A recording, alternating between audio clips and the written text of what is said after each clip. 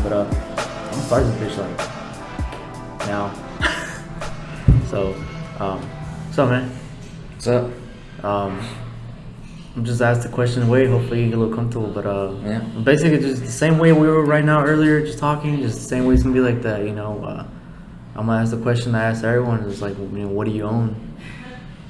Well, I own 2 cars. One is my daily now, which is turning into a race car now, and the other one is obviously what most people know me by is the S2000, which is like it's been a long project now, and people keep asking me, oh, how long is it gonna take, this and that, but I kind of want to get it right the first time, so how like you can't rush perfection kind of thing. I kind of want to take my time with it, but the main reason why it's taking forever is because I'm getting all these like jobs, like most people know that it's just consistent flow, and then obviously that takes away, because I do my own work, away from the actual, working on the car, the build. Because money for me obviously is coming first at this point, because you gotta have money to build the car, buy parts for the car.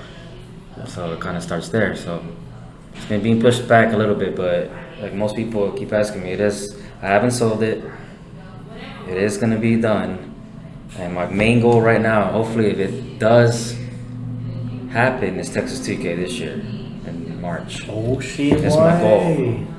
And now I have a Ford Ram that I bought recently that I'm gonna put on there, so it'll just be a stock transmission.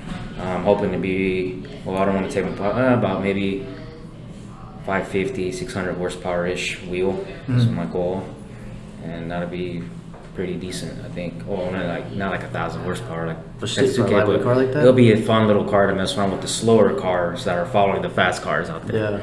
And just a fun car out in the I bet you surprised people though. Oh yeah. Or for that one night that we first met with that other S2000 that was completely built. I don't remember. That we went to Best Buy.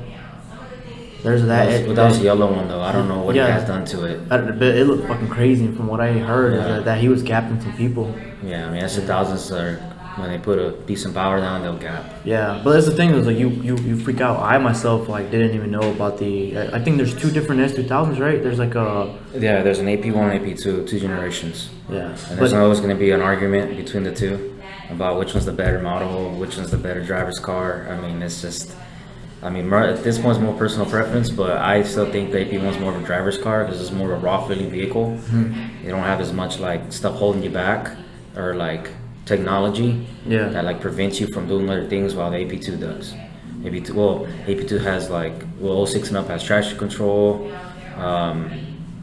has a bunch of little luxurious more things that like a lot of people think that's taken away from the actual driving. The actual driving of the car. So I raced one when I was coming from Austin one day. I think we did like a 40 roll, and I like somehow was able to basically keep a good, like we stayed almost like the same speed, and that's because I had a lot of shit like baggage from me and my girlfriend on a trip, right? And I was like, what year it was? It was older, so that's what threw me off. I was like, I thought these cars were a little faster. Well, they're actually the same horsepower, same thing. Like if you race both generations, they're almost neck to neck. I believe the AP1 slightly pulls barely, but they're pretty much almost the same. It's just the AP2 is a little bit more torqueier. Mm-hmm. That's why it's a 2.2 versus a 2.0. Oh. And the AP1 revs to 9 versus the AP2 that revs to 8. Because what the reason for that is because Americans like big muscle, torquey V8s, all that. So whenever the AP1 came out, Honda was like, everyone was complaining to Honda saying, oh yeah, this car has to rev so high to get the power band and this and that. So then Honda, to argue with or to come out, fight that, they came out with a little bit torqueier 2.2, which is only available here on the AP2 generation, just to give it a little bit more torque. Yeah. So that's why like when we blow our motors up, like our 2.2 motors are actually pretty expensive still, because you can get a JDM like F20C, which is the AP1 motor, from Japan or whatever, or even the one here too, pretty common, because they're you can buy them from, you can buy them JDM like a lower model, just 1,000 over there. Yeah. But the US motors you can only find here. Those are the ones that always people want, and that's why they're a bit more of a premium. Which one do you have? 2.2. I have an 06, so it comes with the 2.2. Oh shit. It's just the better, you got the, it's just updated, man. Yeah. AP1s, you always need to update the retainers because they crack over time, drop valves. They tend to have oil starvation issues. The valve covers have like more You have to update the like the PCV system, like the valve covers don't flow as well. It's just a lot of things that the AP2 has more, it's just better than an AP1. But usually what happens is they find the problems on the first generation. That's what they say, that don't ever buy a first generation of a car. Like, like the new Corvette, for example, I was actually tempted to buy that before that, but it's like... The C8? C8, but the thing is, it's like Chevy's first mid-engine car. How is it going to be? There's going to be a lot of bugs, so I'm like, maybe you should wait maybe another year or two, before you actually buy the first. Even now they're switching it up already. Before the year even ends, like I heard that they're already, this is a package that comes with this. They redefined a couple things. They changed up the... Even for the S3,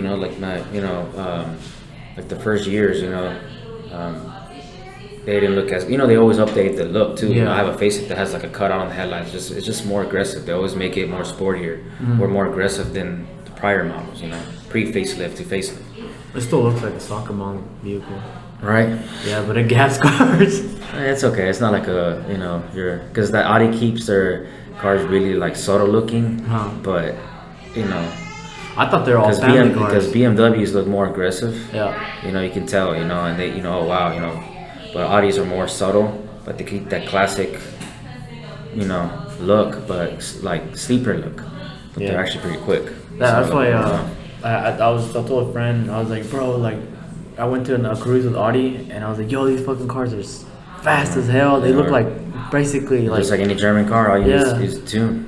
But then my friend's like, what are you talking about? Those cars are fast. Like, they were never a regular car. They just look very subtle, but they're never regular cars. Yeah, they're pretty quick. It was like an BMW 4 Series. Like, I thought they were super quick. It turns out they're not that fast. Well, it depends if they're the 428, 435. The 428. But they still look fast. The 28 has the N20, and then the 435 has the M55, which is that it's twin scroll 6 in it, like the 330. Same motor as the 335s and all that. And then the M's have the S55, which is updated. Yeah, but the thing is, like, they still look like those cars are super quick, and they're not. It's just the way the body is, man. They're more aggressive looking. BMW's always gonna be more aggressive looking than an Audi. And Mercedes, kind of, I don't know. What you feel about that? They look old. Yeah, mostly older people drive those cars. Yeah. I've never really, but they're quick. I mean, the AMGs are pretty quick too. Fuck yeah, V8, fucking twin turbo. Bi-turbo. That's like, hey man, we took a American muscle car and then we put our own kick into it and made it fast as fuck. Yeah, luxurious. Yeah. Yeah, I don't know. Yeah, don't sleep on Euro cars, man. They just literally a tune wakes them up. Yeah. Well, actually, I guess let's go into that because I know you race your car basically almost every weekend. Yeah, I like to consider. I don't say that like the unofficial, not officially, but I think I am from my standpoint. From what I gathered, is I think I'm the most raced S3 in Houston. I think because everyone sees me out there.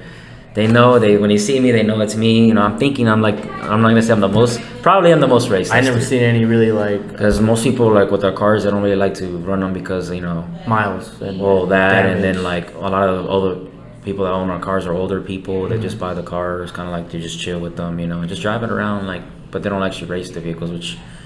Your S, RS models. I mean, any sport car you buy, like M3, M4, any AMG, whatever. I mean, they got the power. They just don't use it all the way. And I'm like, I mean, you gotta kind of have fun with the car you spend so much money on. If not, just buy yourself a basic A3 or whatever you're gonna buy, but don't buy a sport if you're not gonna actually enjoy it and let it breathe once in a while. Yeah.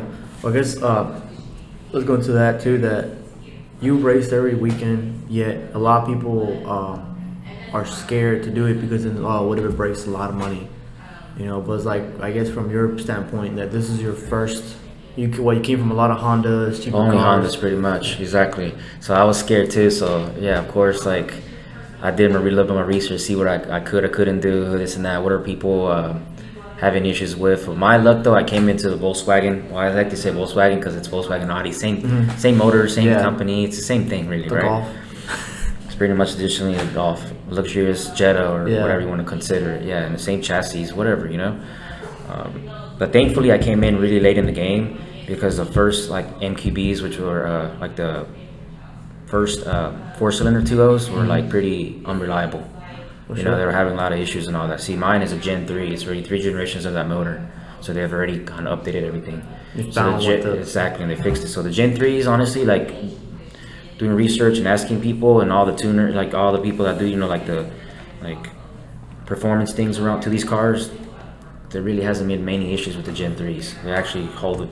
They're pretty reliable, other than your basic water pump here and there, probably coolant leaks. Yeah, so that's a common Euro thing because of those. All that and it's the way the Germans use the hoses, with the clips and all that. Thing? I hate that. They always break, and it's just after mileage, a lot of the heat cycles and this and that. It's have to switch one hose. You have to buy 3 of them. Right. No, other than that, I mean, that's what I hear. You don't have that many issues. They take decent power. The transmissions have no really issues. The DSGs, one of the best, fastest shifting transmissions there is. And like I said, I told you earlier, I'm a big manual guy, man. I mean, I used to talk shit to people that used to have autos all the time. Like, oh, why you drive an auto? Whatever, haha, Yeah. Even though you're faster, I still hate you because you can't drive a man pedal, whatever. And look, me, I joined, and still to this day, everyone's like, man, I can't believe you bought a Audi and a Volkswagen, for example. I thought you were all Japanese, this and that. And I told them, I was like, dude, I mean, for one, I want to try new things out, and 2, I mean, I've never had a nice car. I was like, it's time. It's to see what it does, and so far I love that. I don't regret my decision at all. Like, it's just, I like to try new things out too. Like I said, it's a easy platform, make power, looks nice, easy too. Just you might go into no-brainer. You might go into the price of how much you spent to get it to basically the point where an S3 would have been. Well, because I bought. What do you mean, like the actual cost of the mods? Yeah, the mods you spent. So like, I bought a lot of stuff used. It's all APR stuff, like the intake downpipe. But I'm probably right at about $1,200 with the the piggyback I got and all that good stuff. So that's not too much. Considering you're able to gap both stock or RS3. Yeah, stock RS3s. I mean 5.0s if they're not modded. Even some modded ones I can hang with right now. Dig especially. Yeah, and digs. Yeah, that's the thing. That's where it shines. So like before, I was more of a roll racer now, but now with this car, I'm more like okay, because she shines on digs because of four-wheel drive quattro. Now the digs are starting to appeal more to me, but once I get that 1000 back and running, I'll probably go ahead and do more the rolls and kind of mix it.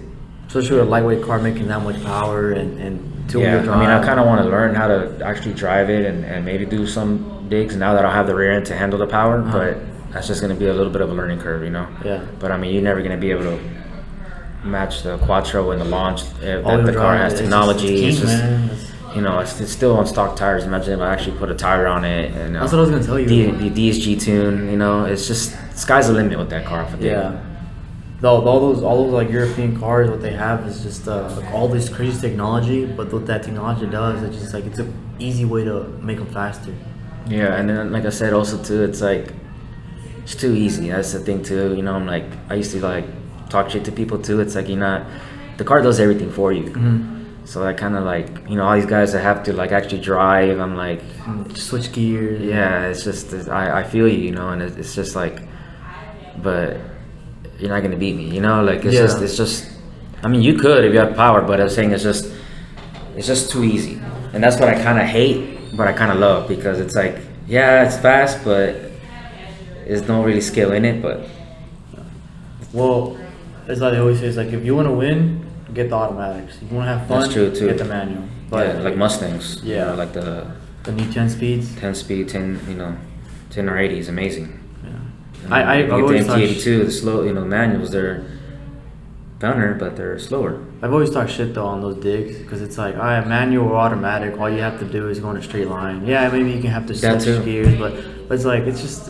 It's not. I mean, it's driver skill, but not like a track. Yeah. And I have a lot of friends that are into that because come from that 1000 world. Everyone's like, oh, you should have made it a drag car. This and that. Just what I've always been into. But like I said, told you before, I plan to eventually get me a track car, whether it be an S1000, Miata, FRS, whatever it is, something like that platform, so I can learn how to drive. I saw you mine. Right. So.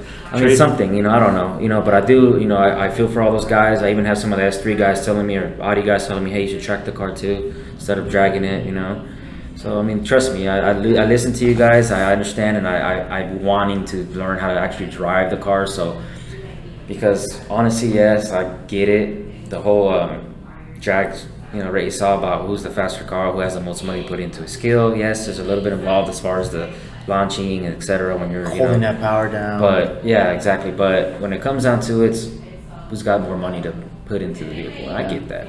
I respect all that at all. I respect the guys that actually doesn't matter what car you got. The driver's the thing, Like they say, the drag racing, it's about the car, not the driver.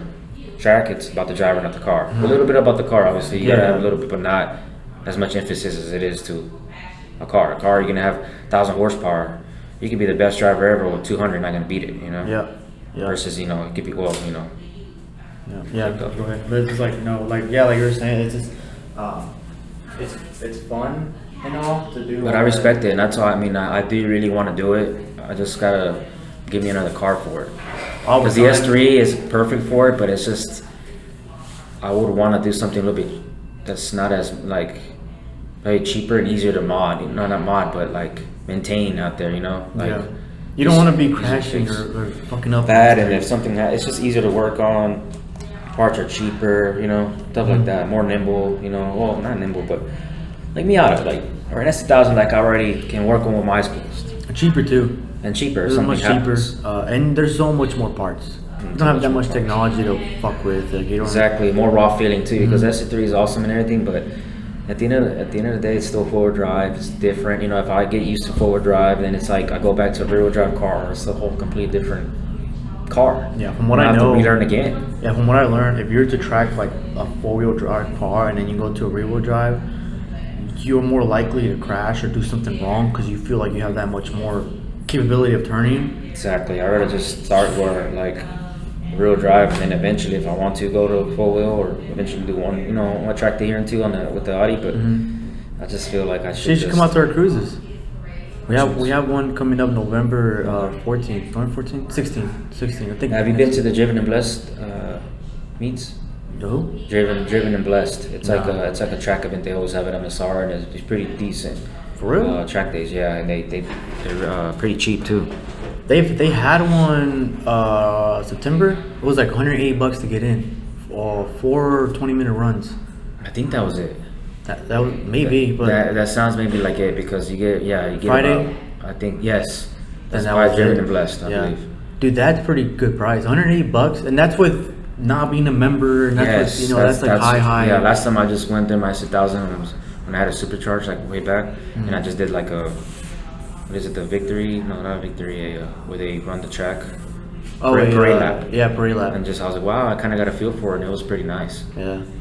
Yeah, I've been wanting to get a couple friends, and hopefully we can all kind of build our own cars to the level that we want to, and as a group go rent a garage out and keep some of our cars there or something like that and just race them. Have one car for everyone that we can beat the fuck out of it, and then something breaks, you got 10 people to fix a part, and have a team race car. Right, that'd be awesome. Yeah, it's expensive, but we have 10 people have one car, it's not that bad. No, because everyone can pitch in something, So everyone gets their turn and run the lap. What I really want to do there, that one is buy that. Have you heard about that $5,000 car they do? They buy. I think there's a limit of $5,000. You have to have, of course, all the safety stuff. No, I thought you were gonna tell me about that house. And the house that's built on the track, and they have a garage and all that. Did you see that? Nah. Yeah, it's like 500 or no? Is it 700,000? Oh no! Yeah, I know. And it's on the track. Yeah, actually cheap for what it is. Yeah. Honestly. Imagine someone goes you go 3 people with it, maybe 200, which is still. It's a big ass house too. But yeah, dude, and you'll be on the track. You have I think it had a lift. I mean, it's a dream house, man. We were talking about that, but we were I wonder what the taxes are. What are the taxes and how much? Can you actually race there whenever you want? I think you could, I guess. I mean, I don't know. I guess during noise complaint. Hours of no, because that's you can't have a track. Oh well, yeah, I guess for the other houses. If people start kind of moving in, then Then but I guess they kind of you have to sign up for that. Maybe they have I don't know. We were talking about the other day. It's bro, what's up? We all pitching down $200,000 to buy a house. But, we get our own little section of the house. It's a big ass house, and that would be badass. Yeah, but it was just like, I wonder what the taxes would be. You can maybe afford the house. You can split it too, though. Yeah, but fuck it. What if the taxes are like 2 or 3 times the house, and you're just kind of like, ooh, this is not even worth it anymore. And then liability of anything, and I don't know. It was like a tricky thing. That no, there's always like the fine print stuff. Yeah, that you kind of gotta think about. That's what we kind of were like. Nah, it's kind of not even. Yeah. One of the guys like, don't even worry about that, man. It's like there's always some kind of liability to that, even if it is your own area. If people start moving in 5 years, and you're gonna have to basically shut down that like racing because people will start complaining, and even though people should know that they live down the street from the track, after a while people start complaining. No, but I think that one was actually on the track itself, like right on the side. Like it's like it's made for that. Yeah, but there's been stories where like around like United States where they've had tracks, but they've had to shut them down because more people start moving into where they're at, and then people start complaining about the noise, and then they're kind of forced to shut down a track, even though they should have known you live next to a track. Yeah, but I think that one's out. I don't know. I forgot which track that was, but it's kind of out, kind of secluded. But I don't know. But anyway, yeah. That would be badass to buy. Track, or there's a track. I think there's some houses that come with the track too. There's some people I saw like actual house comes with the track, like in your backyard. And I was like, dang. Somewhere up in Tennessee, I think, or Virginia. I don't know. They were selling an actual legit track for I think $700,000 for the track. And we're like, that's affordable. Oh yeah. Charge everyone $20 to get in or something, even the cheapest, or maybe you'll make your money back eventually. Yeah, but then yet again, we were all thinking, I was like, we should go buy that track, and I was like, fuck, I ain't moving up north. I'm not. First of all, I gotta move everything to go up there, and then what liability and lawyers and insurances, and it would become such a hassle that you're like, yeah, 3 people can buy that, but it's not worth it. So, I'd rather have a track for myself. And just like the homies to come through and be like, yeah, man, just come through. Awesome. That's a dream. Just pick up your own shit. Don't be leaving oil on the track. Yeah, right. So yeah. But what made you get that S2000? Like, what made you say, I'm gonna get an S2000 instead of like? Well, I mean, I used to have a Del Sol back in the day, and every Del Sol owner will tell you that their dream car was always an S2000. It was like that sister you couldn't get, you just got the easy sister, but the hard one was S1000 because it was obviously a lot more money than a Del Sol. Yeah. So that's always been my dream car, and finally I was able to get one, and I love that car platform. Still to this day, I love it. It's just been a dream car for me forever. How long you had that car for? I had it already 2-3 years now. Oh shit! How long has it been sitting? Because since I met you, I think that car's been sitting. About a year and a half now. Okay. Dang, that's a long time.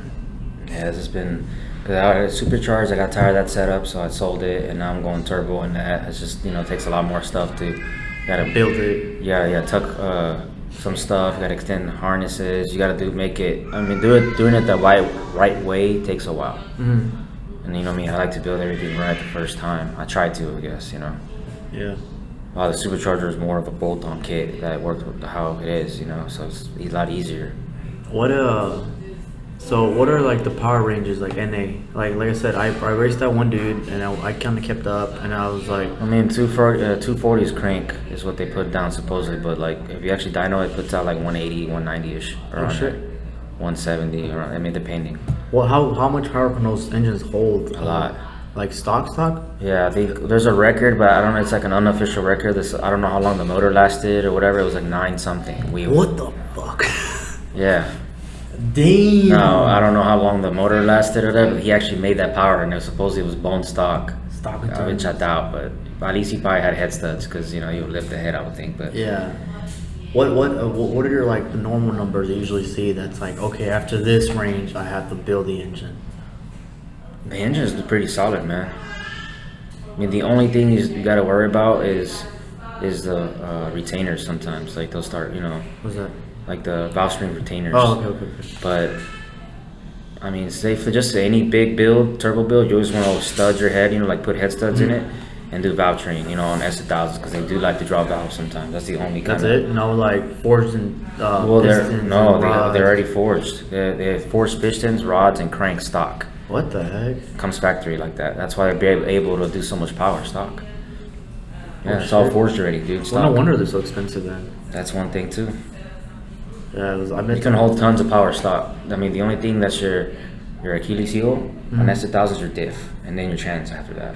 That's really pretty much it. Yeah, your diff starts going out around. Well, some people it goes out even less horsepower. I've seen them blowing at stock horsepower. I've seen them heard them blow at 400. Mine was pushing 440 and it was doing okay, but I didn't launch it. I would do rolls only. Launching that, you're putting a lot more stress. Most people, I believe, start blowing them up around 556, 650, around that mark. If they're a little more kind of crazy with it. Yeah. Transmission starts going out around the same, but a little bit more. Sometimes some of them are pushing around the 700s, but transmission, same thing. You're doing first gear, second gear pulls. Those two gears are the ones that are usually break. Yeah. It all depends how you drive, how careful you are with the car when you're running stock drive line like that. That's not bad though. That's not bad for a car that can, It really isn't meant for a certain amount of horsepower, and they actually push it. I mean, they're glass, but they're not. They're actually. It's hard to explain. They hold it, but they'll hold it. Like they won't. Yeah, it's like be careful. Yeah, but they'll do it. Yeah, be careful. Like, hey, your transmission can hold up to 500, 600 horsepower, but be careful at that point. Yeah. But shit, for a car like that though, that's making this is a 200 horsepower to the wheel. For the internals and all that, everything, be holding that much more, I think it's pretty impressive. Damn, I wonder why Honda didn't keep that car up there.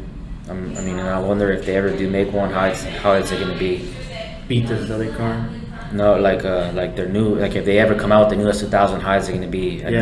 Hopefully they don't make some like hybrid car like they did the NSX. I don't know. It's just because they're taking away a lot of the driving, the raw, that's supposed power. to be 9,000, 8,000 RPM, all raw I thought power. about this.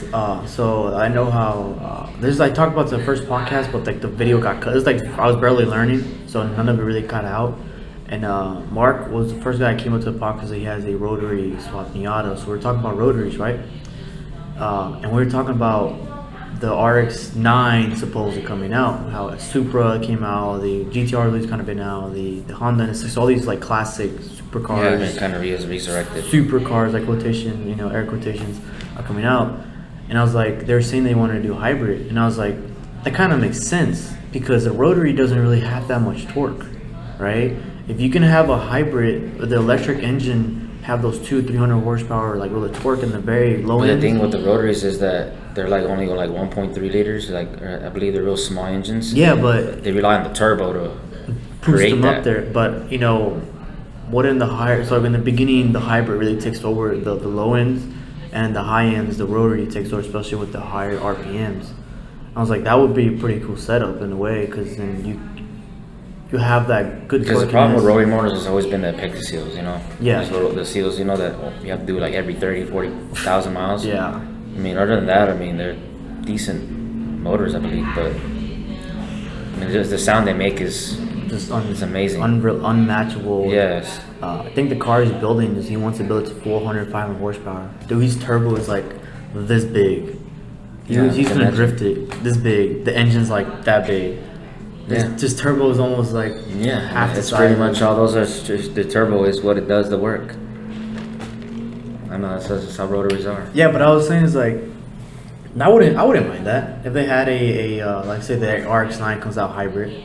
That'd be pretty cool. We have that really. But also hybrid technology and stuff or whatever. Always the price jacks up too. Yeah. Because all the new electronics and all that electrics they have to put into the vehicles. Yeah, but so still, the price up a little bit. I over like a lot of the complaints that people had like against BRCs, like, oh, they're so slow. I was like, well, if we make them faster, then the price are gonna go up, and people are like, I don't give a damn, just make it quick, just make it better. And they say that, but they'll probably complain. Oh, I'm not gonna pay that much for this. Then they'll give you that. Yeah. Deal. Well, I mean, check this out. The Subaru people who buy the STIs, like, they buy them. They're expensive, really. For like Subaru is really expensive. Really, they have a lot of issues with their motors, like the ringlands and all that too. Yeah, so. But they still, people still buy them because they're better cars, faster.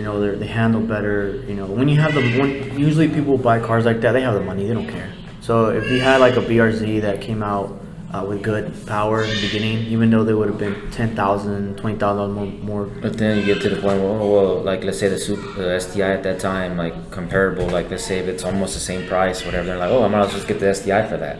I'm not gonna pay BRZ, whatever for that. They always have that little deal because they're like, well, what makes this car X, amount versus this other one? I might as well just go for this one now. I guess the new STI now. Like let's say if it's 30 grand and the BRZ is now like 25, well, I might as well just get the STI now. Yeah. They're always gonna, because you gotta keep it the price points. This is the cheaper car. This is what it's gotta be. You can't have it faster than this car because you're like, oh well, what? Why is it slow? Yeah. It's like BMW, for example. The M2 can't be faster than the M3, or the M5. In a horsepower wise, it's like you're paying for a car that's slower but more money. Doesn't make sense. Even though a lot of times the smaller cars are lighter and they usually are somewhat faster and can be faster, but as far as power, they always got bigger motors, more power, more money. Yeah, I get you. I didn't even think about that honestly, because then you put competition into one of their other cars. Exactly, and then they're like, oh well, I'll just get the other one then. Yeah. Or let's say something else, a different brand that's around that price point too, that's just better, and they just I might as well buy this. Yeah. So you got to keep it at that price level, but then how do you keep it there and also demanding the power? It's just that medium. I didn't even think about that. I guess I mean they did say that the new BRZ they're bringing out in 2021 was gonna compete, if not beat, the Supra, which I don't know how they're really gonna do that. Like, the Supra is a BMW engine, B58. It's already been proven to make a lot of power.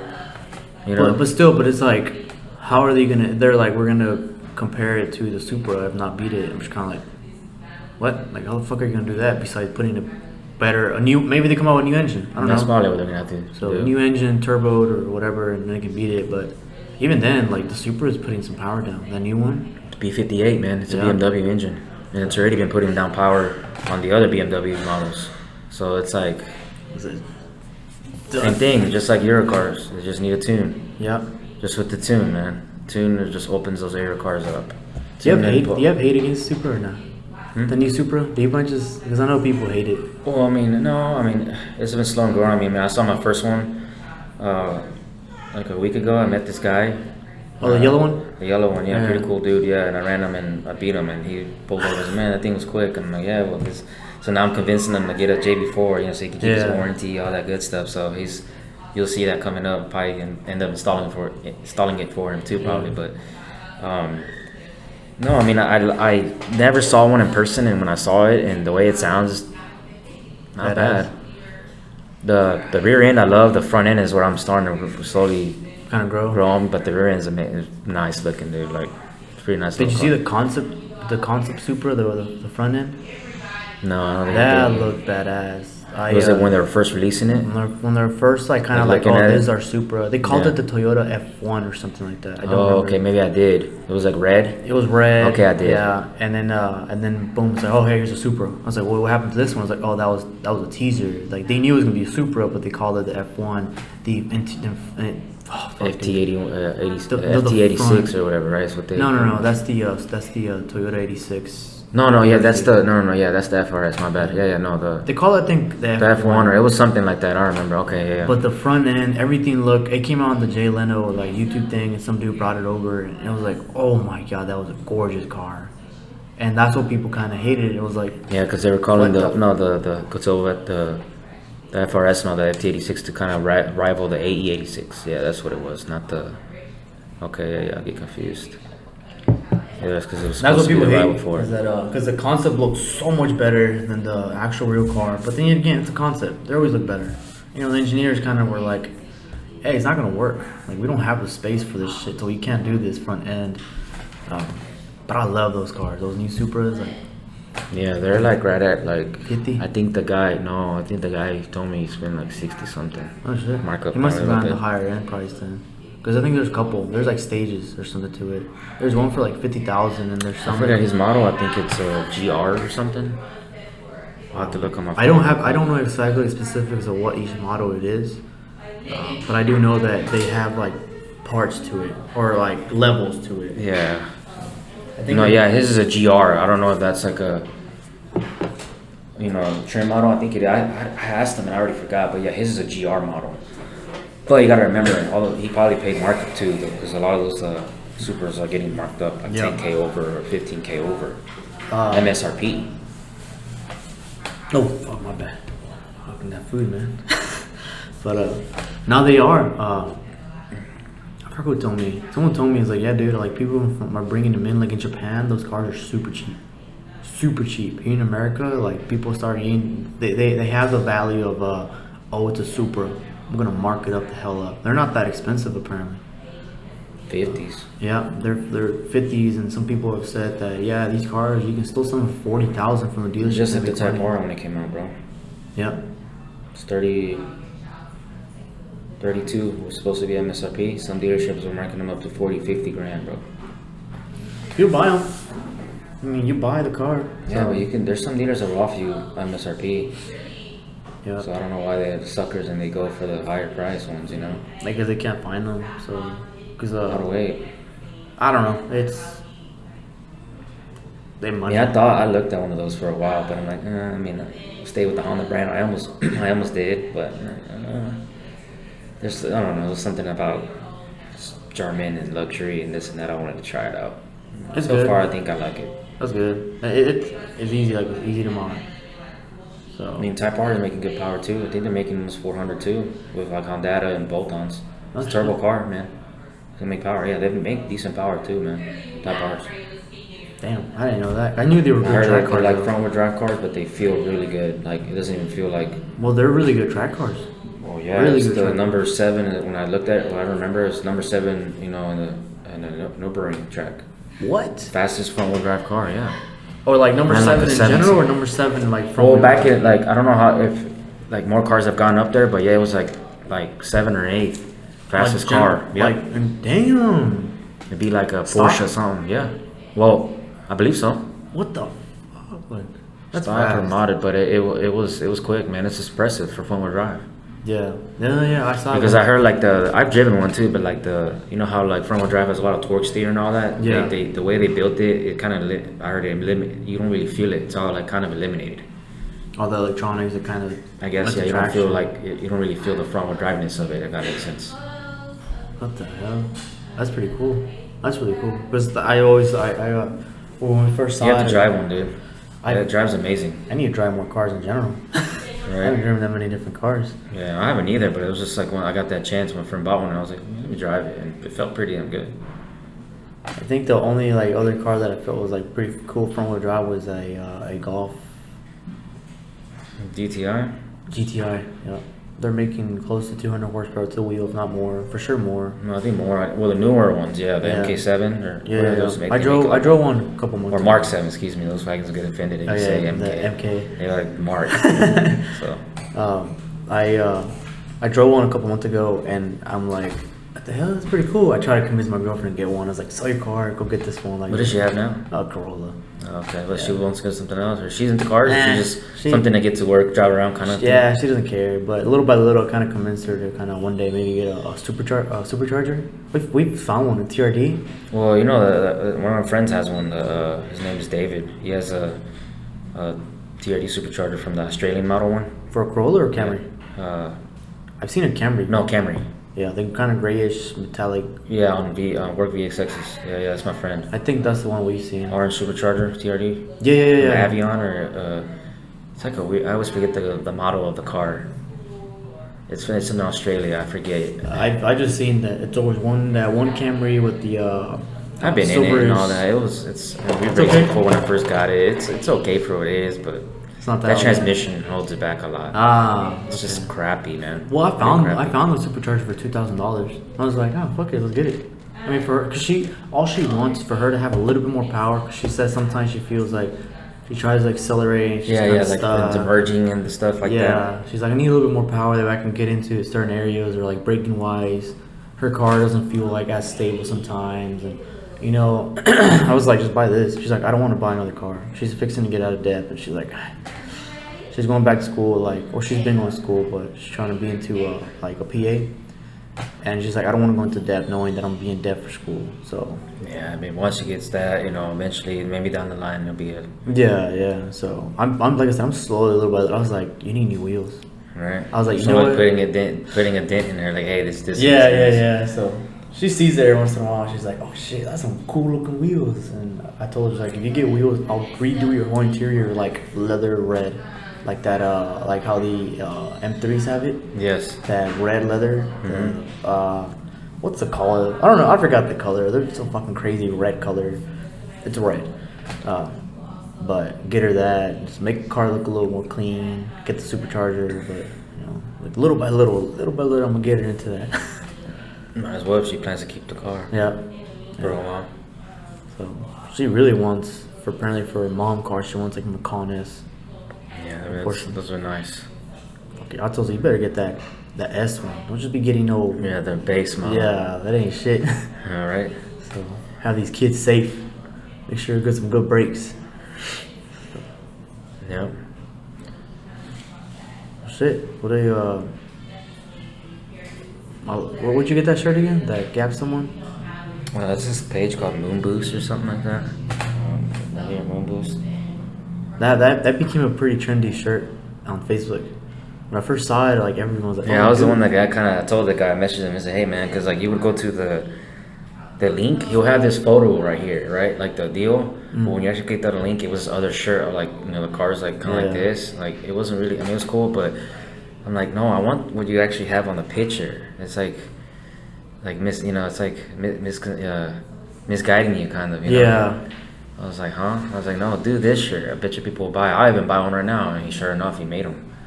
Because I was like, that's cool, like, just be someone, gap someone. Do you have his info? Nice shirt. I want to mess him get one of those. Yeah, it's just look up Moon Boost on Facebook. On Facebook? Not on Instagram? I think he has it, but I don't think he's as active as he is on Facebook. I'll look for it. I need to get one of those. Like, you mind showing a shirt to the camera, see if they can see it? Yeah. I don't know if you can see it. But I bet people have probably already seen it, but I haven't worn it much. I just got it I just put it in the wash, so barely. They've only worn it one at a time, so I haven't worn it yet. I know there's See, because even my screensaver, like in the background, is the actual image of it. See if you can see it, like that. Oh yeah. But obviously in the shirt, it doesn't look as good as the print. Yeah. But the actual image is pretty awesome. That's something so simple, I know. And then when I saw it, I was like, man, that's awesome. Yeah. You're like, what the fuck? Like, why come? I don't know why someone has never done that before, or something like that before. Yeah, he's smart for that. I'm trying to show. Yeah, see, it's even the cover photo for that one group. It's just a cool. Yeah, see, like, kind of like that. Yeah. That's illegal as fuck to do that, actually. To like just park your car right there and take a picture. Oh yeah. So, I mean, I guess if you have a blown tire, there's no other choice. But I seen some cars that right there with the intersection, where you go from 10 to 45 south, that intersection right there. I seen some people that like if you can't even pull your car and park there because it's just such a busy like area that you get hit pretty easily. Yeah, I would not like to. So maybe they were walking or something and they kind of just from somewhere. I mean, I don't know. People take pictures of that place. Iconic, But there's a street somewhere in the back you can still see over and take a picture. Maybe. So I don't know, but that place is so tricky. I hate going through there. I hate when people just cut and they cut like 610, 59 area, like the intersection Galleria is one of the busiest most traffic congested areas in the nation. Not there's one. Of the most, yeah. When you're coming out of the Galleria, going up to 59, right there where that 610 entrance is, dude, some people are trying to go like 59 north, but it's so blocked that they need to do something there. Because I think that's what caused the traffic. Some dude's trying to go from the far right and go to the left to get into north, and you can't do that without stopping everyone there. And the freeway. What do you feel about the people that like if you're sitting in line and they go all the way up and they cut? I hate that. I do that sometimes, but I hate that. It's like I try to avoid that, man, because it's like I hate it done to me. Yeah. So I try not, but man, like it causes issues. Cause let's say you're going so perfect, you're going nice, the traffic's a nice flow, and then here comes some asshole cuts you. Now you stop. Everyone starts stopping. Well, I'm mainly talking about like if you're waiting in line, it's like really congested. Oh. You're in that line for like an hour. Let's say back there, 30 minutes, for example. And there's a guy that comes, because the traffic's flowing, like it's just normal here, and he just goes and he just cuts you off right at it cuts the front of the line like that. Yeah. Like you have to wait but you just wait 30 minutes. This guy just cuts you off. Sucks. I think there's a study that said that that's actually a smarter thing to do or a better thing to do than waiting for everyone, not just for like individually. So I did it once and I was like, fuck, it's actually better. It was quicker for me. I felt like an asshole, but at the same time, I mean, of course it's quicker, but yeah, no, but like is it the right thing? Probably not. No, but for like everyone apparently too. So it's so imagine. And I think I've seen cops like in some deals with those stand there, and people that do that, they'll give them tickets. What? Oh yeah, it's fucking. I've seen that before. That's, I mean, fuck it, for the people who start cutting, because if you cut someone, that's how traffic starts.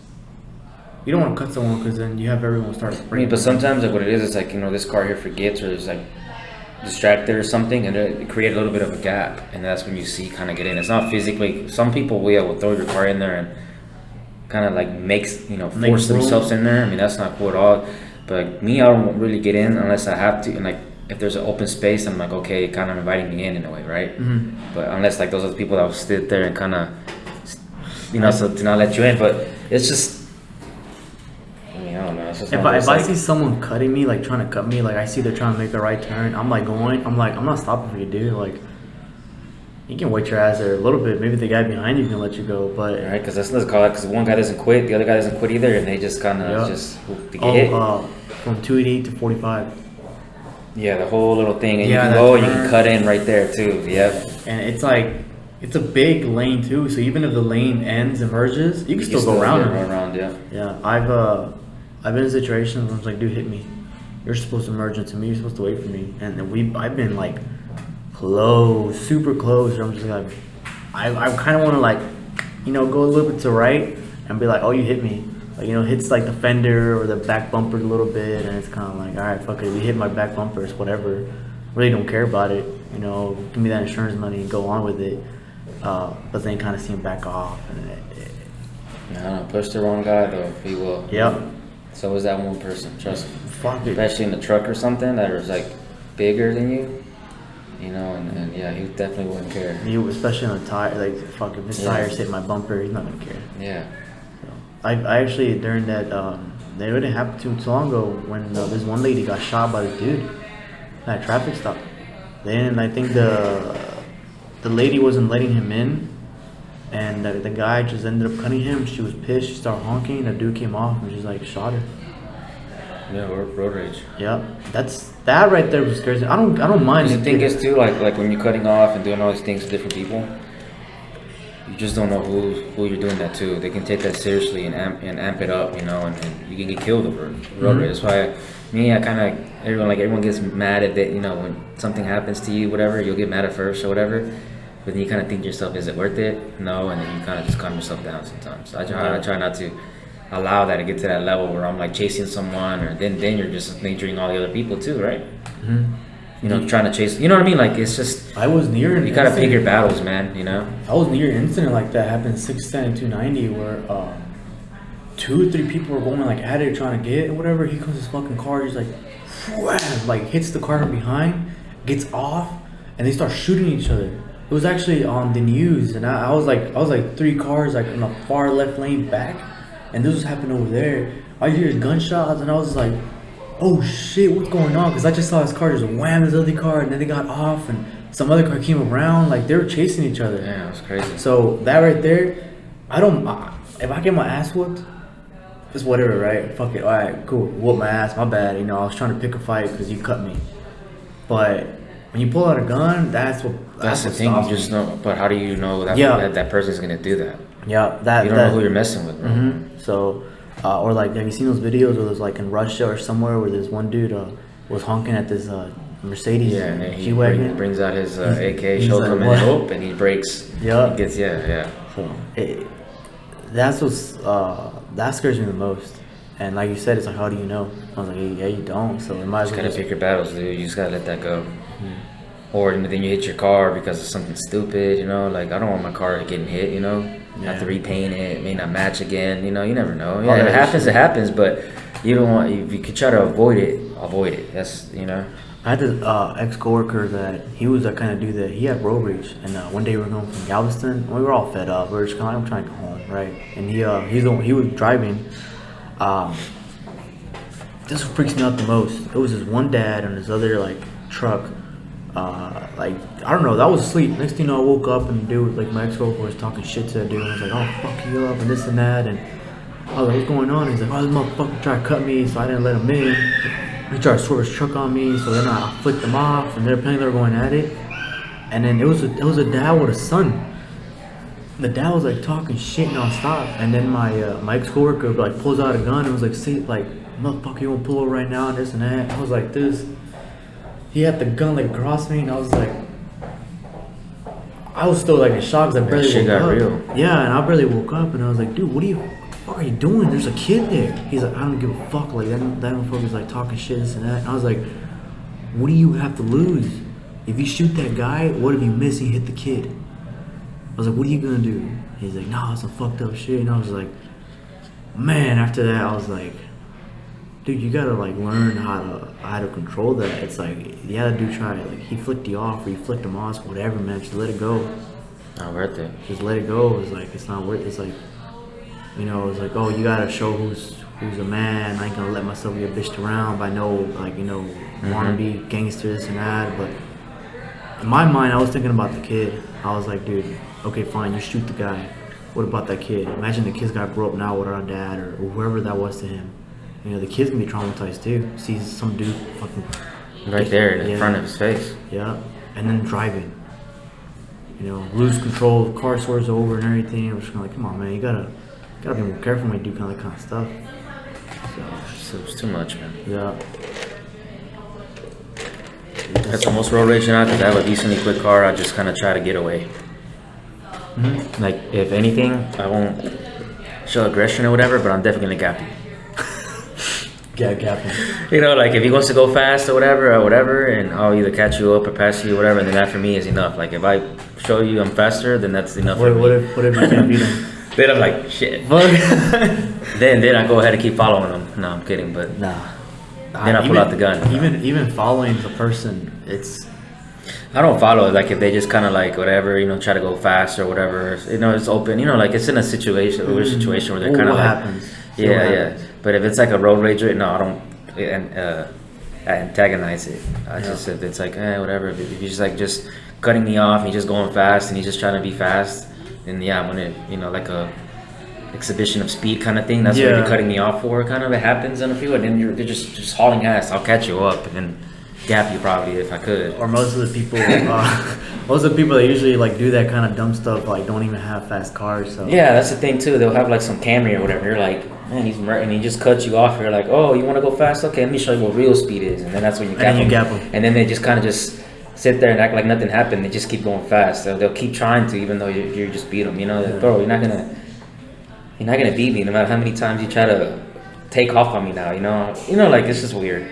But then they start playing that stupid cat and mouse on the freeway, and I don't do that either. This is gotta be like an open road. Like I don't do that whole traffic race is what you call it. Like, who's good? Yeah, you know, that's stupid. I put my. That puts everyone else at risk. Oh yeah, man. I've done that before with a Porsche. I mean, we all have been guilty of it, believe it or not. But I try not to. You know, that's. Yeah. That's playing with everyone else's life. No. I remember the one day. I mean, like when we street racing and all that, it's all, you know, planned out. Safe. It's really late at night. There's no cars around, you know. Make sure everyone's out. You know, it's just, you know, if anything's in danger, it'd be us ourselves, you know. But most of the time, we're pretty decent drivers, you know. You know, like of our cars, you know. But yeah, I mean, it's just out in like boondocks, you know, where we're away from people. You know, the people that you see on accidents. Or like that kill people, you know, racing and all that. It's normally people that are doing it during like traffic time or like 249 or something, and someone pulls out on them in front of them, and what are you gonna do? Yeah. You know, the way we do it is really. I'm not saying it's like it's not legal. It's not illegal and all better, but we try to make the best of it. Yeah. And there hasn't really been any. There's more DUI, you know, people that kill more people, with drunk driving than us. There really hasn't been many street racing deaths as far as like if you add the statistics, I guess. You could say. Well, shit. Whenever I told you, whenever I got arrested, there's probably two other people that got like arrested for street racing that really apparently were not. But almost everyone that you talk to that Saturday night, DUI, DWI, drunk driving. Yeah, serious 2 minute. Yeah, and that will never get out of your record. And they can still get out of jail. And I'm like, yo, this fucker was. But that DUI or DWI will be in your record forever. You can't. But most of the people that I talked to, they had it already 2 or 3 times. Oh man, that's pushing it. But that's the thing. They pay surcharges, a bunch of stuff. And that's license suspended. One of the guys license suspended, and he still got caught drunk driving.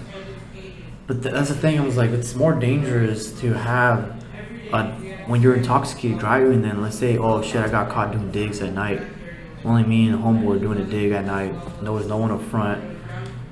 But you get arrested and it's like some of the spots we do the digs now, like the cops are usually pretty cool about it. As long as you pick up your trash, they know we're out there, But if you're not out there doing dumb stuff, they're usually pretty cool about it.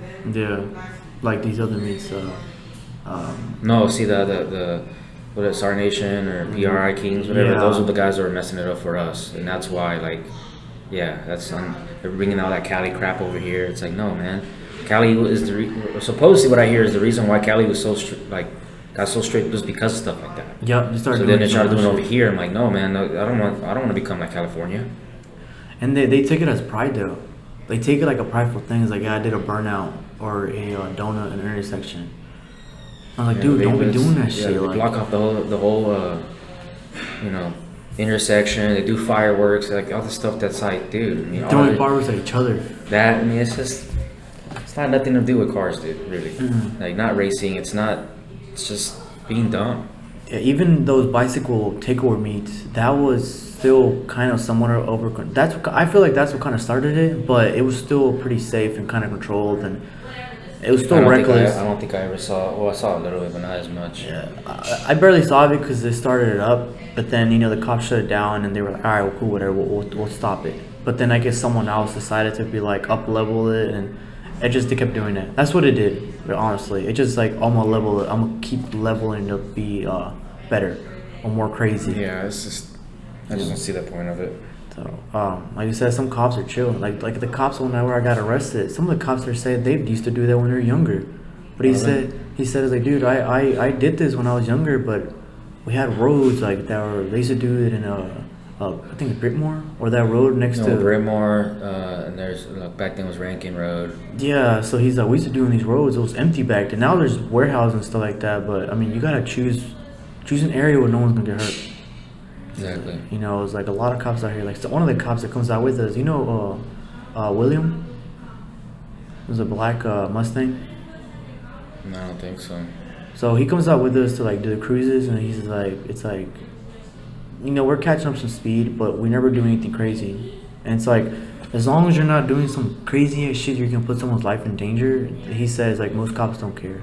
It's like most of the cops that are in here, they're adrenaline junkies too. They love their fast cars, but they also gotta follow the law. Yeah, no, it's just there's a time and place for it. Mm-hmm. That's what it comes down to. Yeah. Like, I don't know. I just wish there was a bit more.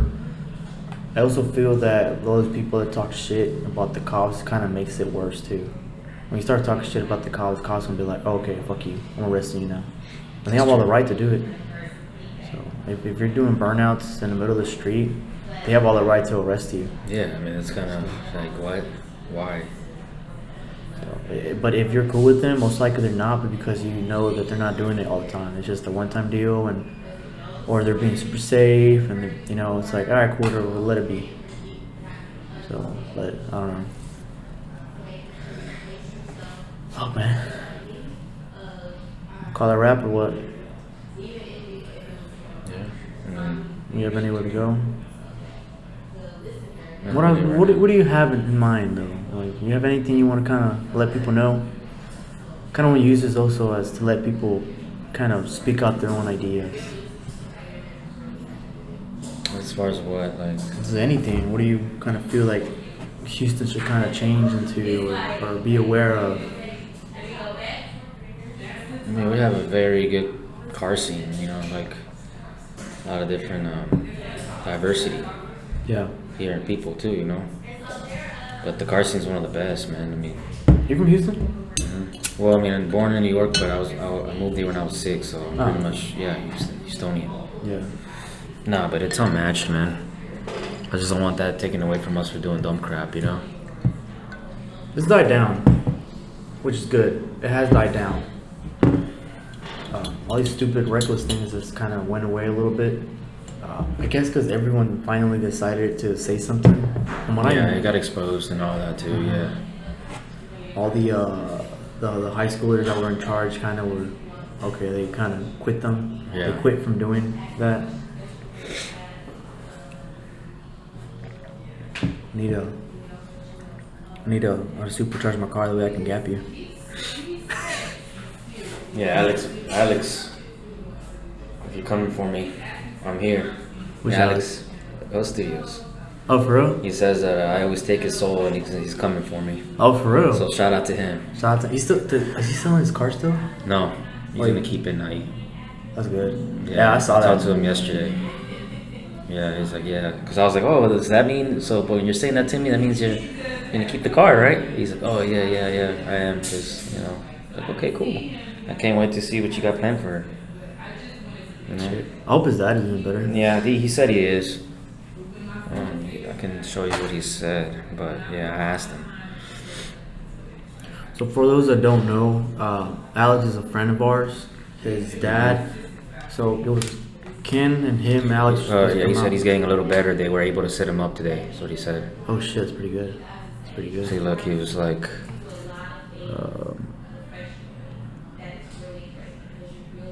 yeah, he's like, he's gonna keep it for now because he has some unfinished business with it right now. So he's like, I'm coming for my soul. Have it given wrapped and ready. So to me, yeah. So me and him are always like, so yeah. Don't worry, man. I always got something for you, buddy. Hopefully he sees this. I'm gonna say it, but shit. He has he has a GoFundMe page for his dad's medical expenses. So for anyone who doesn't know, Ken and Alex were supposed to come last week, but due to Alex's accident and his dad's accident, yeah, 18-wheeler. The dad's accident with 18-wheeler. He's paralyzed. He was paralyzed from neck down, right? So he just shit in life happens. Like maybe you're not prepared for, or even if you were prepared, just something like that. It's a lot of money. That he's had like a GoFundMe page. So if you guys can donate, just $20 is still a lot. Something. So the link will be in the description and then shit, man. Just take. Actually, I haven't even donated. I gotta go and donate. I keep forgetting, but I'm definitely going to. Yeah. It takes a minute. Okay, 5 minutes, whatever, right? Just literally. Yeah, I keep forgetting. I don't know why, but yeah, trust me, Alex, I got you. So yeah, I just hope to help him out. I think he's a cool dude. So yeah, he's a real cool dude. Yeah, didn't deserve this at all. I just really hope a recovery for him, if there is, if it's permanent. I don't know. I try not that. I didn't ask him that much details. I try not to. I try not to because I don't want him to kind of always be thinking about it. So I try to keep it with the cars at least like that. It's just more like happy times versus like the bad times. Yeah, I mean, I bet he goes through this every day already, and you don't want to keep bringing it up, and then I think his dad was really a big car enthusiast, right? Well, you gotta admit, that's why. Oh, actually, that's why you said he kept the Audi too, because I think he said that his dad's something. That was just for something related to him in a way. That's what he said, like pretty much sentimental. Yeah. Value in a way, I think is what he said, something like that. At that point. Shit, I know for sure. If I probably think his dad might have even probably told him, was like, just keep it. Probably, because he's probably like, oh, I don't want you to, sell this because of me. I want you to be happy. I know my dad would tell me the same thing like that, So especially if your dad was like a big car scene guy, it's like losing your car is like. It's like everything and do and sleep and eat and live for, Yeah, I didn't even see. Like it took me almost a whole week to realize kind of what happened. I just saw a post of a GoFundMe. I was like, what the fuck? Well, me, he told me something. When did I find out? Oh, he's like, I have some stuff going on, this and this and this. I was like, man, I hope everything's okay. But he didn't tell me. he didn't say anything for a while until he actually said something. I was like, damn, man. That sucks. That really does suck. So, I mean, hopefully I can get him into the podcast next week. I kind of wanted to, but I don't know if he was busy, and I didn't want to be like, hey, but yeah, but come to the podcast. I know you're dealing through a lot right now, but yeah, just come through. So, you probably still would have too, actually, but well, after all this kind of died down. I'll ask him again, so hopefully he can come by. Maybe then he'll talk shit about you. All right. That'd be funny. He knows I always give him. Can you gap him with this car? What do you mean? Could your car at the moment beat his car? Yeah, that's why he's trying to beat me. I beat him when he just had a JB4. I was beating him, but he hasn't done much stuff to his defense. Yeah. He only has like an exhaust and like I think he lowered it because he's got the B9 S4 and they haven't really cracked the ECU yet for that yet. So there's not really a tune out for it yet. They're making it. And once he does, I mean that is a new motor and everything. That's why. You can't do a pro tune. Go somewhere else and get a pro tune instead of. There's a brand new engine. Oh, so not many people know how to work. No, nothing yet. Oh. They're cracking it as we speak. It's a brand new platform, brand new. You tell me he's gonna gap you once he gets that tune. We'll see. We'll see. Because we're always gonna be, So we'll see, man. And he needs to start selling that water, man. That Right. still water. That bottle he gave me from, I don't know what, spring water. He said it was some crazy expensive water. I tasted it. It was pretty good that night. I tasted it the next day. I was like, these motherfuckers lied to me. It tastes just like sink water. Like, what the hell is this? What are you talking about? There's that spring water that had mineral something about it. Apparently they couldn't sell the bottle because the wrap around it was like wrinkled up a little bit or something like that. I don't know. It's like if you're buying expensive water, right? You don't want to have a defective water bottle. That's what it was. The bottle was defective. I was like, bro, you need to start selling this water. You be getting packs of water. It needs to go somewhere and just like. He hasn't told me that yet. Well, shit. What was that for your birthday? Remember he had a cooler full of water. Oh yeah. I heard him say something about that. I guess I never really followed through, like asking questions. I just saw it. I was like, oh, okay. Yeah, he gets water from where he works at, right? And I told him one day, like, yo, if you get this much water, go buy a vending machine and go put it somewhere and just sell that water. It's inventory's free. It's 100% profit. Well, yeah. Not really. Gotta buy a vending machine, but after that, yeah, it'd be 100%. So So get that water, sell it, make some money for some car parts. Yeah, he's got me. Yeah, maybe. Shit, man, let's call it a wrap right there before it gets too late. Hopefully I can see you come out to the cruise on November 16th. That way you can kind of see how the car feels. It's 2 weeks from now, I think. 2 weeks. Just coming up 9th. Yeah. When is it? A Saturday? Saturday morning. Hopefully I don't work that Saturday. I work one Saturday a month, so hopefully it doesn't land on that. If it does, crap. Okay. Yeah, it's next Saturday. So the 9th and then the 16th. I think that may work. I got 16th? Okay, whatever, just like, I guess, but we'll be having a cruise on the November 16th, December 14th, and then our Austin trip, which I haven't finalized completely because I gotta talk with some people about like some reservations and make sure everything's okay and all that kind of stuff. But planning. Yeah, it's there. Everything is already done deal. I'm just waiting for them to say, yeah, we're good. So most likely it's a yes. Going out Friday midday. Coming back Sunday midday, basically, trying to get the hotel prices like super low so we can get more people. Right. A whole weekend of. Have you ever driven the lakes, Travis, Lake Travis? Yeah, but like the Twisted Sisters. No. It's more north. Well, yeah, I heard there's like a road. Yeah, like it's real nice. I've heard it, but I haven't driven it yet. Well, this is around the lake, and yeah, I think it's nice. I've heard about that road. Yep.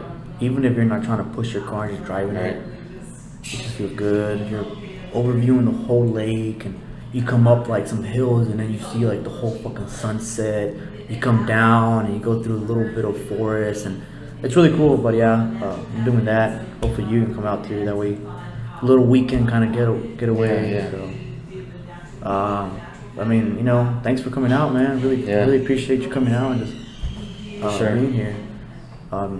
You mind if I put your Instagram and Facebook in the description? Okay. I'll put his link in the description for Instagram and Facebook. That way you can come follow him. His Yeah, I'm more active on Instagram than anything. Like, yeah, I do like I think we discussed a little bit like a lot of side jobs on there. Like, I'm probably the only guy in Houston that does the like S2000 soft tops. I think I've done maybe 10 of them now, Shit. and I got like 2 other pending now. So it's um, and I mean a lot of the stuff I get is through like through Instagram or Facebook or usually word of mouth. Like they see my work. Oh, who did it? This guy. I mean, I do other mechanical stuff too, but yeah, I definitely can turn a wrench, and it's all side on the side. Yeah, it's not my normal job, but I use my Instagram to post a lot of my work there, a lot of my shenanigans on the weekends, and obviously, usually on my feed is just photos of the car, the Audi, and don't worry, guys, that's 2000 is gonna be there soon. I just bug them about it as this 2000. Hit them up for any kind of mechanical work. Really good work, honest man. If you think you can gap them, hit them up. I want to see that happen. Right? Oh, I get gapped all the time. It's just yeah, well, I want to see that happen still. I'm not saying the fastest, but I mean she holds her own for what she has. Yeah. For a little daily that was supposed to be. Or any questions too on anything, hit them up. So thanks for coming out, man, and I'll put everything down in the description. And I'll see you guys hopefully next week on the next podcast. We'll bring. So, thank you. Yeah. Peace out, guys.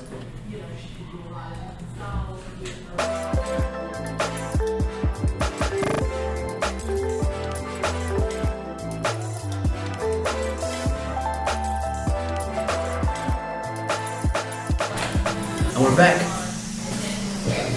That was not the ending, because you forgot to talk about more about your how you work on cars. 'Cause apparently, a lot of people ask questions about that. Yeah, they're like, oh, like how'd you start, and how do you get so much work, and because I don't advertise really, man. I don't go on all these platforms and say, hey, mechanic or whatever. Look, if you need jobs or some work done, come see me. I mean, I could do it. I may do it eventually, but I really haven't had a need to. Yeah. Because I always have work. It just comes in my lap, Yeah. From word of mouth or like I said, those platforms, whatever. But like I let my work do the advertising / talking. Which is the best. Word of mouth is always the best advertising. They're like, oh, hit this guy up. I don't even have to say anything. And the guys are just like, I have a guy from El Paso, I believe his name is STK Monty on Instagram. Mm-hmm. I think it is. I hope I got his name right. Yeah. He's been hitting me up. I think he's deployed now in Korea, but when he comes back, he has an S2000. He's gonna bring his car from El Paso, drive it all the way to me for me to do it soft because he wants no one else to do it. So I always am gonna give him a discount. Yeah. I have some people hit me up from like Dallas here and there, and it's just crazy because they see how I do these soft top. They're like, man, this guy actually knows what he's doing. How do you do that? It's just, man. Like, how the fuck do you I see patches.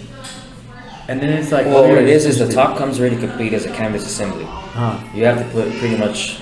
It takes me about 8 to like 12 hours now per top. I'm getting a little better at it. I mean, the first ones took me almost 14 hours, 15 hours of work. It's just kind of intensive because the whole interior has to come out. Yeah. Like from the pretty much center console back to be able to access everything that's in the top. Like the rail and the rain tube, drain tube, all that stuff. But how do you like fix the patches? You don't. That completely gets fully removed. You put a whole new cloth on there. Okay. Yeah, but you gotta rivet, you gotta drill, you gotta do all that stuff because the straps and stuff you gotta replace. And, pretty much. I always pull the frame to get because I always like there's drains for the soft top, and you can't access those without pulling the frame anyway. So like if they're clogged. If you want to unclog them, you have to do the whole work again. I take the thing, so as courtesy, I won't go ahead and just unclog since I'm there, I unclog them. Might as well.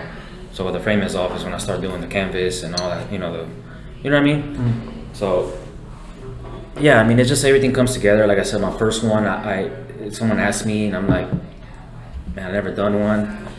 I'll give you a good deal on it. But you gotta at least leave the car a week. Well, the week ended up taking a month because less than a month because I finished the top. It took me a long time, little by little, but he ended up like wanting all his other stuff done too. So whatever, but it was a good learning experience. Which is good too because you get more money. Yeah, yeah. I mean, it kicked my ass the first one, But then I'm like, you know what? Maybe I should start doing more and more. So I started offering my services, and sure enough, it's like it just took off, But I've been doing mechanical work prior to that, but now I'm kind of more focused. Like, okay, I do soft touch. That's where bigger money's at, but I do everything. Yeah. But it's just You ever thought about just quitting your job and just doing this full all time? the time, man. Everyone tells me to open up a shop, this and that. I'm just scared of leaving that corporate blanket, you know, because the benefits and all of that right now, you know. But I'm definitely thinking about it.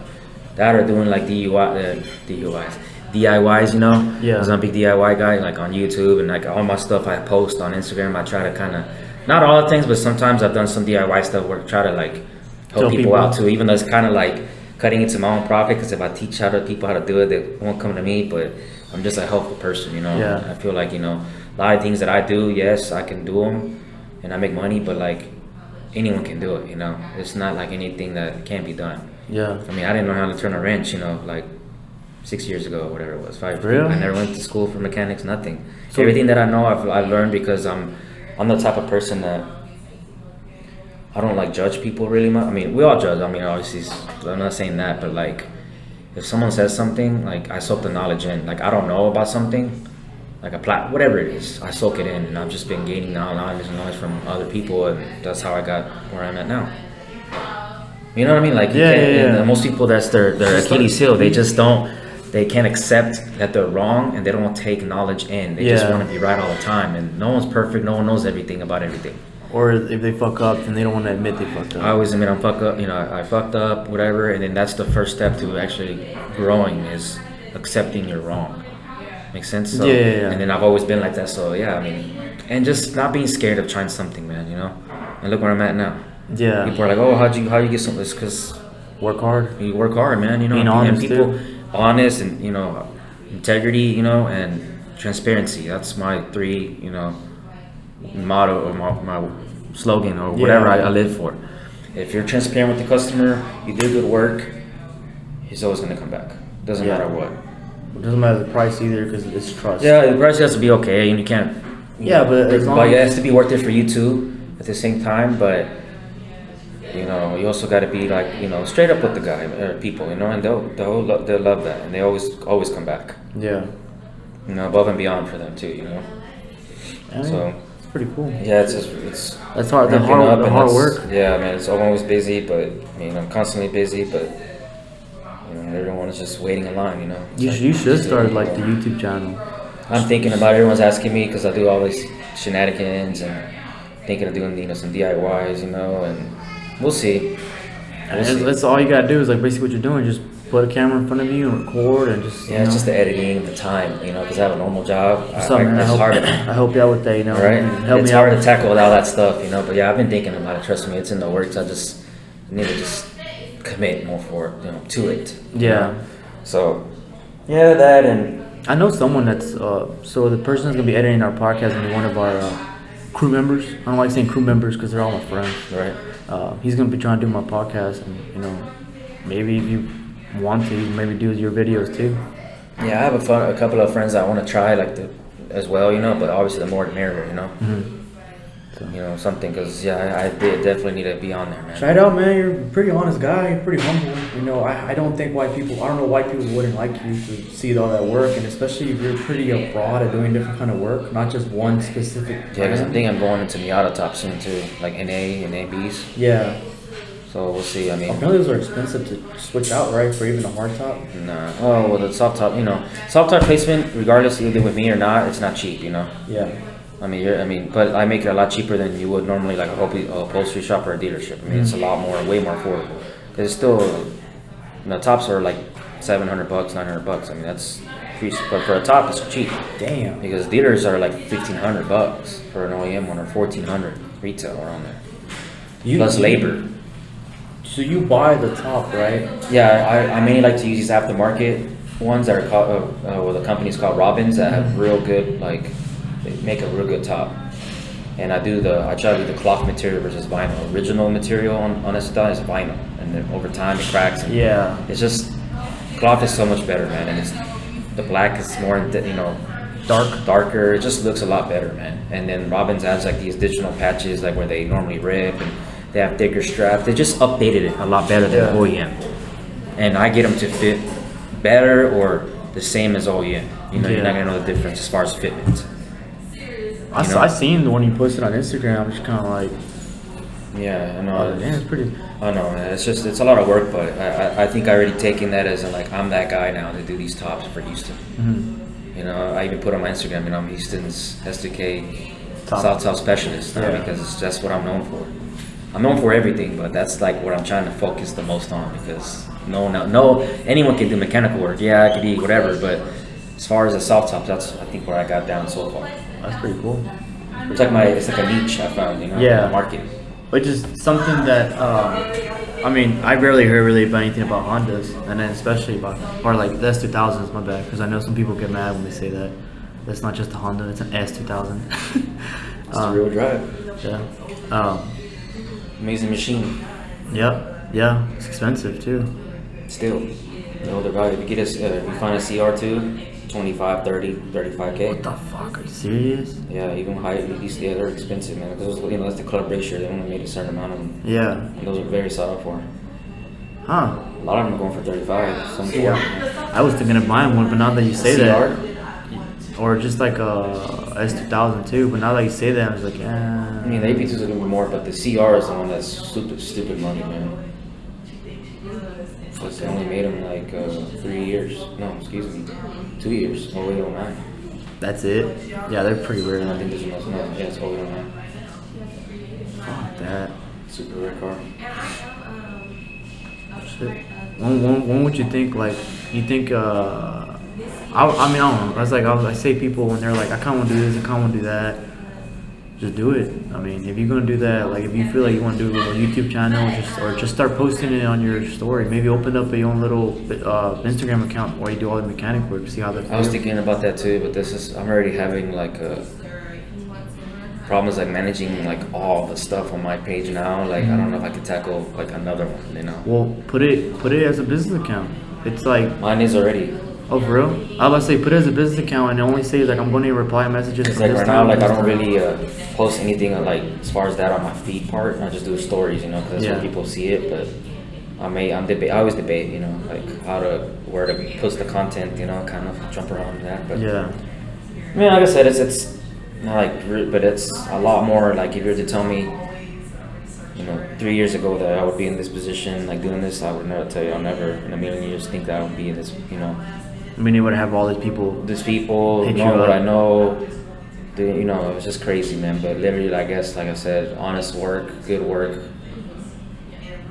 like shows itself. Yeah, yeah. And I'm always busy. It's just a blessing in a disguise. I mean, it's hard work and all that, but you know, it helps. It's good. It's good to have. I'm just scared that you meet a lot of people. I met a lot of cool people doing it. You know, like jobs and stuff. You meet, it's just cool, man. And especially like I've done like. I think the one before, the one I did now, it was actually a present from his wife, his girlfriend, so I don't remember. But like, he was like, here baby, I'll buy you the soft top for your birthday. So actually I was a part of that because I was the one that did the top. Mm-hmm. It was a birthday present from his wife. That's pretty cool though. Because the top was all cut up and everything, and the guy, when he that's saw the one that was on the left it, side, it was like cut to strips? Well, yeah, and the top too, it was vandalized. That was the worst one I've ever seen. It was all fully duct taped and everything. It didn't even have a top, it was like duct taped. Damn. It was the worst one I've ever done. And when he saw it, you can just tell his face, man. He was just like, oh my God. Because it's basically you lose your car because then... Yeah, the guy said he couldn't drive. He wouldn't drive it. He couldn't do anything because it was just rained and leaked and stuff. He said he hated driving that thing. He wouldn't drive because of that. And I was like, all right, let me change that for him. That's pretty cool. And bringing a smile to the guy, knowing his car he loved and... Yeah, and then a lot of these S2000 guys are like that. They're big enthusiasts, man. S2000, they love their cars, man. That's I know I was talking to one guy that I met a couple weeks ago. I don't know every scene has their, but S2000 guys, I think their own breed, It's like that's their car, like even myself, And the top, I mean, it's a big important piece of the vehicle, If they want to keep they don't want to go hard top, they want to keep the convertible aspect of it. And 9 times out of 10, over years not all the time. They develop holes and they need a new top. Yeah. That's where I come in and make their babies look good and new again. Because S2000 with the new top almost looks like a new car, man. Shit, especially when it's like starting to get faded out and then you put like a good black. It's like a recoating of paint. You put a dark black top, it looks like brand new. No, and then especially if it's holes in it, it's bad condition, Yeah, I mean, then the leaks, you know, it's just trickling down all the problems, like a domino effect. It just, so. No, it's just something that like I said, I started from this little carry-on little toolbox that you can open up, you know, like Craftsman. Yeah. Now I have like, well, I went from a workbench, like small, now I went to a big box, you know. I'm kind of taking this and running it with it, you know, and running with it. I just never thought I would. Do you think you'll ever actually maybe say, you know, fuck work, I'm gonna start doing my own thing? I want to, man. People have been telling me, but I'm just thinking, you know, I'm just thinking. There are cons and positives. Because I also don't want to be wrenching all the time either, you know, because then like people tell me my hobby, you know, it's my hobby. I start. You start hating it after a while. You start working with it. I don't know, because if you can take it, let's say everyone starts off like this. I don't know how crazy maybe you're gonna want to do it, but you start off doing a car, then you can have someone help you out. You pay them, and then little by little. I know, like a helper and all that. But the thing with that is like it's a debate with everyone that has like one person like start the business and then get helpers. Yeah, that's a way to grow, and that's how people grow. But you got to get really good people. Yeah. Because that guy may not keep that quality of work the same. You know, like these tops that I do, you'll never know some of these mistakes that I make. You know, that when I do the top, I see it and it bothers me. You as a customer will never ever know. But since I know it's a problem in my eyes, I have to fix it. Yeah. That other person may not do that and ship the car the way it is. Yeah. Makes sense? Like stuff like that, and that to me, I have a lot of pride in my stuff. My work, everything I do, I don't ship it till I know myself it's like my own car. And I'm real picky and anal, you know, about it. That's why it works hand in hand. You know? Yeah, you're right. Some people have never, like, clips missing, whatever, they'll never know that thing is missing unless another guy that knows what he's doing with tops will know, right? But since I know it's there and it's a problem when I've done it, it bothers me. And I don't ship any car that's not to my standards, which is, like, really high that... I feel you. No, I feel you. So that guy, unless I train him and he's, like, the shit like me, like, as far as knowing that, he may just let some stuff slide and I can't allow that. That's, you know what I mean? To your standards, you wouldn't like that if you had a business. Because then the value of the honesty and the actual good work. That's how, like, if I draw that line? Because everyone can basically go fix it, but like how well and how honest are you going to be with fixing it? So I know that's what changes a lot. Like when they break stuff, you know, you gotta be, you know, they'll patch it up or something, or, you know, just tell the customer, man, you know, it's just the truth is honesty is the best policy, you know, especially with cars, you know, that's how mechanics have bad. Because you're trusting someone else with a car that you're gonna be driving with every day. It's your livelihood. Yeah. Where you get to work, whatever. I mean, some of these guys are not their dailies or it doesn't matter. I mean, but still, it's the car, it's your investment, it's a mechanical thing that you use, you love. I mean, hell, you can even die if you do stuff wrong. If I leave a suspension bolt loose or lug nuts loose or something, you can fall off. The guy could be with his daughter or whoever, and they both die because of my negligence. Yeah. Instead, I have something else, and that fall on me. Yeah. I use a torque stick on wheel. You know, there's just stuff that I always do, and I just don't know that. I mean, not a top, but I'm saying like other stuff. But no, but I mean, still. It's just liability. Let's say if you don't do a good top, and that thing just flies back. Right, it comes off or it tears back or whatever, and then now it's raining and there's water inside, and you start freaking out and you lose control and then you crash. You never know. Yeah, a big distraction could just be like that. And I mean, some people just do stuff, but they don't really like see. They just you gotta know your stuff, man. You know, you gotta be really careful when you're working on people's cars because it's not a thing to play with, man. It's not like you're doing something and you're like, you know, whatever, and it's like fixing this or whatever. Yeah, that's cool. If it breaks, it's not costing your life. This is something that you are in the vehicle going 50, 60 whatever, and you can die if something's not right. Yeah, I feel you. Brakes. You know, you do it wrong, you lose caliper bolt, and the caliper comes off. Trying to stop the car, what happens? Yeah. Another thing then too. You guys should kill others too. Yeah, I was gonna say that's like another thing too. Is like, okay, maybe just you can kill more people with that too. So I mean, you gotta be good. You gotta be quick. You gotta be. And there's also another thing could be just like money. It's like you're not gonna pay someone a certain amount of money, and if it doesn't do anything, then now you're gonna have to spend more money on the thing is too. It's like most people like to shop because of liability. You gotta just, I've never had that issue. Like I try not to mess with big jobs, like super big jobs, because at the same time I also gotta pick my battles. Yeah, I'm not gonna sit there and have a job for it's gotta be worth it for me. There's some stuff I'm not gonna do. I mean, like German cars, I try to stay away from because there's just too much electronics. I can do little things, but like I try to stick to my Japanese cars and what I know, S2000s, and because at the same time I'm not gonna struggle and then not get, paid or electrical work. You diag it takes forever, and then you don't, Yeah. they don't want to pay you for your diag time of the electrical problem, and then it's just there's some battles you just run away from. There's some people you also pick your don't battles, know. man. There's some people also don't know exactly how much what costs. Like electrical work always gonna be more expensive. That's why I usually say no to that, unless it's something that like on a Honda or something I can kind of manage. It's not worth it. I know some people see it's like, oh, but I rather just like all the time I'm spending here and just do a top or something that I know and make my money there, not worry about this and stressing over, Yeah. It's just, you pick your battles. It's I've also kind of started doing my own little thing, like wrapping, dipping cars with someone else. So we also do like lights. And one of the chicks we did her car yesterday, she was like, that looks really easy. And I was like, yeah, it looks really easy. And she's like, but I know I would have taken forever to do it. She wanted to do it herself, but she's like, that looks really easy. A lot of people, they're like, oh, he's right. Same thing with, okay, it kind of, it's a little bit of a different subject. Yeah, but like check this out. She said that because the type of thing she got, the wireless remote thing wasn't reaching out all the way. The transmitter, one of the $30 lights, the transmitter wasn't working that far away. So the dude moved around some wires, he connected some stuff, and he made it to adjust to where she can change the lights from inside. She's like, that's something I would have known. And it's like, I would have messed it up. And I was like, well, stuff like that is that electrical work is so expensive, not because it's like hard labor, because you have to know a lot. Tedious too. Yeah, very tedious, and you just have to know these little tiny things that change up, and that's the work that you learn from experience. It's the same thing like when I hang around photographers, so like you're one, right? Yeah, I don't. Okay, well, like a lot of people think that it's just a point and shoot thing, and it's easy to take. For example, when you charge for a photo shoot, right? Mm-hmm. Like that's why I always never argue with the price for photo shoots. Yeah. Because people think it's just point and shoot, dude. I mean, you know how much time you gotta spend on editing the photo, the equipment, the camera. It's not cheap, dude. They think it's literally a point and shoot, and it's easy to take photos, which is not. Yeah. I hate that. I did ask you to have a photo shoot. I forgot about that.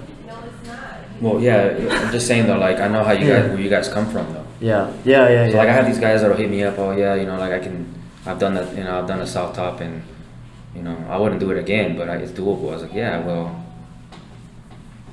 a guy that already's done a lot of them, he knows, leave it to the master kind of thing, I remember my first one I struggled too. Yeah. They're not easy, dude. That's why I got to charge a decent amount, But now as someone that has that experience now, you can do them. Don't cheap out. They try to save money and then their tops are gonna look good. I mean, that's. Well, they look good for a while. I mean, I've seen so many tops that I've seen people do, and I noticed all the problems. I'm like, wow, they didn't put this in. They're like, there's a little fold right here on the front, where if you don't fold this flap over, you pretty much have the metal exposed right there. And I'm like, well, they didn't see the little flap that's like this. You gotta take it out and just fold it over. And I'm like, dude, and it just looks like crap because there's metal showing. You're supposed to fold it over the metal, bro. Just stuff like that. I'm like, and then just the straps and the way they put the things, they put it on the wrong place. I'm like, well, we'll do your top. It's just stupid. But like I said, you get what you pay for, but it just comes down to that, man. You know. But yeah, that's kind of what. But I guess we'll just keep, doing more and more. I get better. I get, Well, shit, man. I hope, or maybe you kind of decide to make your own little Instagram page, Facebook page, and just say what you do and extra money for an RS3. All right. Or maybe just go ball out and just buy the brand new RS5s. No, I like the smaller cars, man. Maybe the RS5, the brand new RS5s. The Sportback, there's that. Yeah, but I don't like big cars, man. I like the small. Always like small cars. The 2-liter engines. Not even the engine sizes, but it's mainly the body styles. Yeah. Man. I like small cars, dude. Always. Like FRS style S2000, little 4-doors, coupes, like really small. I don't like big body cars. The RS5 or S5, whatever, is already big. I mean, I test drove the S4 and I just felt it was way too big for me. Dang, you calling out Alex again? Yeah. Dang, you say fat. That's what he said. I'm just a small guy, man. I like to be in the small car I can control and nimble, Yeah. Not a big body car, even though some people like the opposite. I like to feel in a big car, but nah, just not for me. I like some sporty, small little cars. It's just I feel you. It's more of a handling perspective too. It's just easier to drive. I think the only thing I would get that's like a big car, like bigger in size would be like a Corvette, but even then it's not that big. No, I looked at a Corvette. I almost bought one before the S3 actually. For real? For that, C6? Grand Sport. Yeah, Grand Sport. Damn. I mean, the dealer. I almost bought it, but I was like, let me see, And that's, I mean, it's not big. It's still a coupe. It's just kind of whatever, but it's still a little sporty. meaty on the back. So it needs all that room. So yeah, no, Corvette for sure. But a Camaro, Mustang, nah, I'm good. I've driven a Camaro, a Mustang. I mean, if I wanted to be fast, I would have got, like I said, an 18 and up. But then fast as in what? Perspective to what?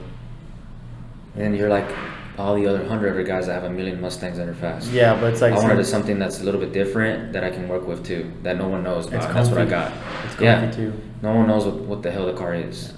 But it's like I say it's like fast to what? It's like your little car, you can at least still take it around some turns and like be really fun. I mean, it's still a fast straight line too. Yeah, as I'm saying, but like I said, it's like you can still do that compared to like some Mustangs. I've only met one guy that has like a Mustang that he like tracks it like on those roads, but because he has a setup like that, but yet he can still go fast on a straight line, but in like turns. Like the 350R is meant for that, I believe. The GT350R, the race Mustang. GT3. I think that's the one that I'm talking about. Or 350, but 350R is like the little. The guy got it. The guy got it from from like the actual manufacturer, or it's OEM. Everything's OEM. It's probably a 350R. Probably. But yeah, he said that, and I was like, cool, that's pretty cool. But when everyone's like, I'm gonna get a fast car, I'm gonna get a Mustang, full bolt-ons, I'm just like, dude, you're fast on a straight line. Like, I like to see you actually, turn. That's what I'm into too, but like I said, man, like everyone and their mom knows Mustangs are fast and they're so easy to make fast. It takes the fun away from it. Yeah. And you're just in a number. Like when I see a Mustang, I'm like, who's this who? There's just so many. Pretty sure if you go out with my car, you're not gonna know it's me because I'm the only one with that car. Going It's out there. different. Yeah. Now, I always like to be different. Not exactly be what everyone does. Mm-hmm. Yeah, the mods I'm okay, but like I'm talking about as far as like not being the easy. Well, it is the easy way out, but I just. Mustangs didn't appeal to me. Or find a way to have a car so unique, but yet still be able to. Yeah. I just like to be different because it's just Mustangs are just way too common.